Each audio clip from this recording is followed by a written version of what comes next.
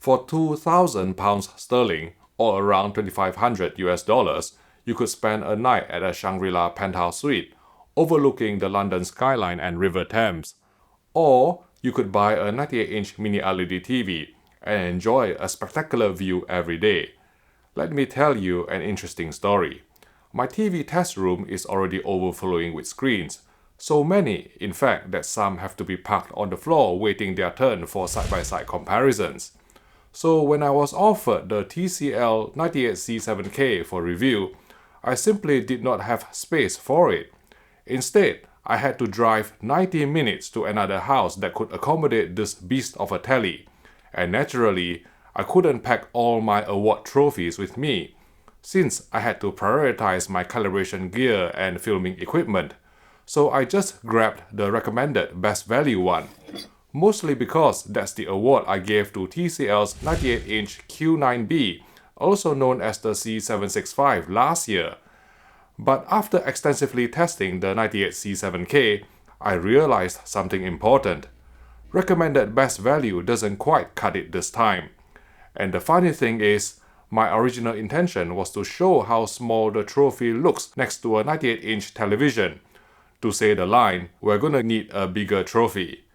But now, it turns out we might need a different award altogether. Let me explain why. The first thing that strikes you about the 98-inch TCL C7K is its sheer size, delivering a deeply immersive experience no matter what content you are watching. Crucially for video enthusiasts, the screen features a true glossy coating, not semi-glossy or matte, which immediately lends a more premium appearance by enhancing perceived contrast, particularly in rooms that aren't fully light-controlled. The LCD panel is VA type, offering a high native contrast ratio of 6300:1, further elevated by 2048 local dimming zones arranged in a 64x32 grid. HDR peak brightness reached approximately 2100 nits on a 10% window after calibration to D65 white point, and 750 nits full screen, resulting in impactful HDR performance in high APL scenes, which is further amplified by the gigantic screen size. Note that the default peak brightness setting of low in HDR filmmaker mode undertracked the ST2084 PQ standard when measured on a 10% window, which may prompt some users to adjust peak brightness to high. However, when measured in real scene content, peak brightness low actually tracked PQ more accurately owing to the behavior of TCL's local dimming algorithm, whereas switching to high led to a visibly brighter image, but one that strays from reference accuracy. There is also a boost option which temporarily boosted peak brightness on a 10% window to nearly 3000 nits for about 7 seconds before dropping back down to the baseline level of 2100 nits. In our testing, this mode offered no discernible benefits in actual HDR scenes, and instead caused the EOTF to track brighter than intended, so we still strongly recommend sticking with the default peak brightness low setting for the most accurate presentation that respects the creative intent. The TCL 98C7K provides a dynamic tone mapping function with 3 different settings besides off, but based on our test in HDR filmmaker mode, it would always over-brighten the HDR presentation compared to reference standards, even on the least aggressive detail priority setting, regardless of whether the image was graded to 1000 nits or up to 4000 nits, so we prefer to disable dynamic tone mapping in the interest of image accuracy. DCI-P3 color gamut coverage came in at 96% in UV terms, whereas Rec 2020 coverage reached 81%, with the underlying spectral power distribution showing beautifully distinct red, green, and blue peaks typical of quantum dot technology. Combined with high peak brightness that's less constrained by ABL or automatic brightness limiter than OLED, this resulted in high color luminance, allowing vividly saturated hues to stand out with striking impact. Besides vanilla HDR10 and HLG, the 98C7K also supports HDR10 Plus and Dolby Vision dynamic metadata formats, with the Dolby Vision Dark Picture preset being the most accurate in tracking PQ. With the TCL 98C7K excelling in bright HDR reproduction, Let's turn our attention to its local dimming performance, especially in low light scenes. As with other TCL LCD-based televisions we've reviewed so far, the local dimming algorithm on the 98C7K tends to prioritize contrast and blooming suppression over strict picture accuracy. As a result, viewers benefit from some of the inkiest letterbox bars and least blooming artifacts seen among various mini-LED TV brands on the market today. But small bright highlights would be dimmed down to maintain deep blacks and keep blooming at bay, and a fair bit of shadow detail would be sacrificed as well in pursuit of higher perceived contrast. In fact, during SDR testing in filmmaker mode, the default local dimming setting of high would darken near black gamma excessively, prompting us to go for the low option, which restored much of the missing shadow detail without adversely affecting midtones, delivering a more balanced and nuanced SDR image. Backlight control in HDR filmmaker mode was arguably the most refined we've seen from TCL to date. Blooming around white subtitles and bright objects was suppressed effectively when viewed head-on, and the local dimming algorithm refrained from being overzealous in low-light HDR scenes, preserving shadow detail while avoiding any significant blotchiness or luminance fluctuations during transitions between bright and dark scenes. That said, Samsung and Sony mini-LED TVs still hold a slight edge in these darker scenes, extracting greater image depth through their respective local dimming implementations.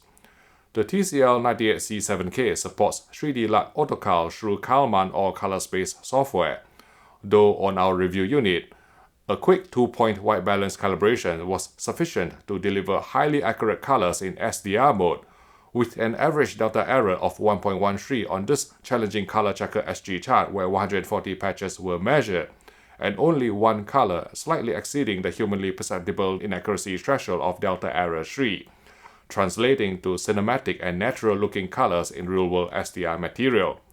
Even with motion clarity disabled, the TCL 98C7K correctly performed 5.5 pull-down to display slow panning shots in 24 FPS movies without telescenic judder. Since the mild stutter inherent in 24p films wasn't as apparent as on OLED TVs featuring near instantaneous pixel response time, we did not really see the need to summon the help of motion smoothing when watching movies even on such a large screen. With motion clarity disabled, motion resolution came in at the sample and hold baseline of 300 lines on this horizontally scrolling test pattern from the FPD benchmark software disk. Engaging motion clarity would double motion resolution to 600 lines, even when maxing out the independently adjustable blur reduction and judder reduction motion interpolation settings. To obtain higher motion resolution, you can activate LED motion clear or dynamic acceleration in conjunction with motion clarity, but both options come with their own shortcomings. LED motion clear is essentially backlight scanning, which would darken the picture on screen and introduce some flicker to sensitive eyes. Dynamic acceleration, on the other hand, would increase the screen refresh rate to 240 Hz with halved vertical resolution, though using line averaging to smooth out jagged edges when upscaling the image to the panel's native UHD resolution. When combined with blur reduction 10, dynamic acceleration would increase motion resolution to 1080 lines, but the trailing overdrive halos would become even more apparent, which limits its usefulness.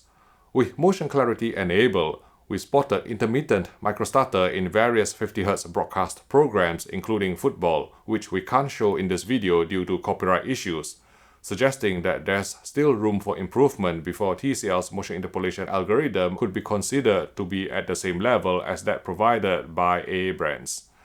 Helped by the onboard MediaTek Pantonic 700 chipset, upscaling quality was above average, resolving high-definition content and even this SMPTE RP133 test card in 576i in a sufficiently detailed manner. Although understandably, ROPI standard definition material would still look soft on the humongous 98-inch screen, so needless to say, the more pristine the source, the better the result. Despite not offering a discrete film mode setting in the picture menu, the TCL 98C7K correctly detected and processed 3.2 and 2.2 cadences in interlaced film-based material. Native 10-bit gradation was extremely good judging from both test patterns and real-world UHD Blu-ray playback, with no added polarization seen in the skies of the Martian beyond what's originally in the source signal. Screen uniformity on our review sample was impressive for a display of this size, with no obvious banding and only the mildest hint of dirty screen effect or DSE on full-field gray slides. Of course, the narrower viewing angles of the VA-type LCD panel meant that the edges would appear slightly tinted and darker, but TCL's CrystGlow HVA panel technology helped mitigate this effect to a certain degree, making it largely unnoticeable during real-world content playback. In game mode, input lag measured 13.5 milliseconds at 60 frames per second, which could be reduced further to 9.5 milliseconds by setting refresh rate to performance mode that basically performs frame doubling to 120 FPS. Feeding the TCL C7K a true 120 frames per second video signal yielded an impressively low input lag of 5 milliseconds, and this latency figure could go down to 4.6 milliseconds at 144 FPS. Interestingly, the default local dimming setting in game mode was low, raising the question of whether switching to high would increase latency, as observed on several previous TCL models.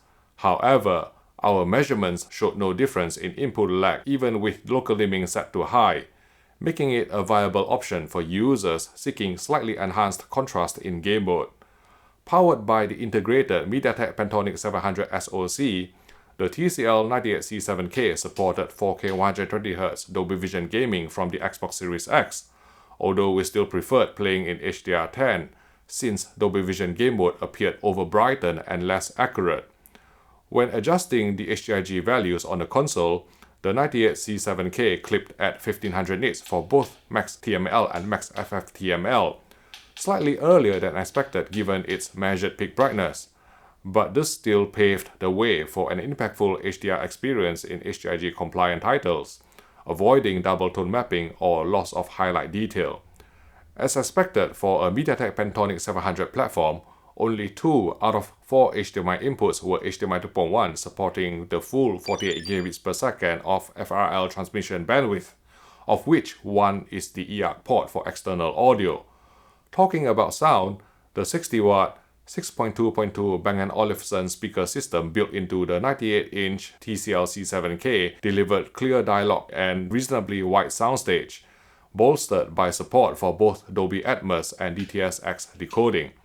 However, we did find ourselves wishing for more bass to balance out the slightly sharp treble when the volume was pushed higher. Given how much value you are getting from such a large screen at this price point, it's well worth considering an external soundbar or full-blown home theater setup to complement the visuals with audio that packs a bit more punch. Oh, and on a practical note, the supplied feet are positioned close to the edges of the screen with no option to move them inwards, so unless you are planning to wall mount the set, you will need a very wide AV unit on which to place the TV securely. To sum up, TCL has struck gold with the 98-inch C7K. Continuing the theme of giant-sized TVs, I was already fairly impressed by last year's Q9B or C765 of the same screen size, but the C7K just took things to the next level with more local dimming zones, more stable colorimetry and local dimming behavior, real quantum dot colors, somewhat sharper upscaling, as well as more accurate HDR presentation with peak brightness left at its default low value. Furthermore, the CrystGlow HVA panel not only provided a more premium glossy finish, but also slightly improved viewing angles. And when you consider that all of this can be had for a street price of just £2,000 sterling for this OLED unfriendly screen size, or $2,500 for the equivalent 98 QM7K model in the USA, hopefully you will understand why I think the TCL C7K isn't merely recommended, it wins our highly recommended Best Value Award.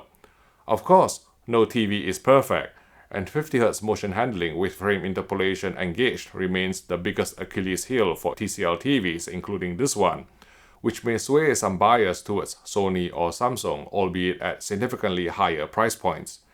If you can't decide on which TV to buy, One place where you can get good advice is at Richer Sounds, a trusted British AV retailer with more than 50 stores in the UK, who provides 6 years warranty on the vast majority of TVs if you join the company's VIP club. You will get the best deals through cheaper VIP exclusive in-store-only prices, complimentary gifts or freebies, so go visit your local Richer Sounds store or call telesales for your next TV purchase. Thanks again for your support. Okay, if you are eyeing a 98-inch TV, you might also be considering an ultra short throw projector for that extra large cinematic experience. If you are on the fence as to which one to buy for your home theater setup, I've conducted a detailed side-by-side comparison, and you can find out which technology came out on top by clicking here.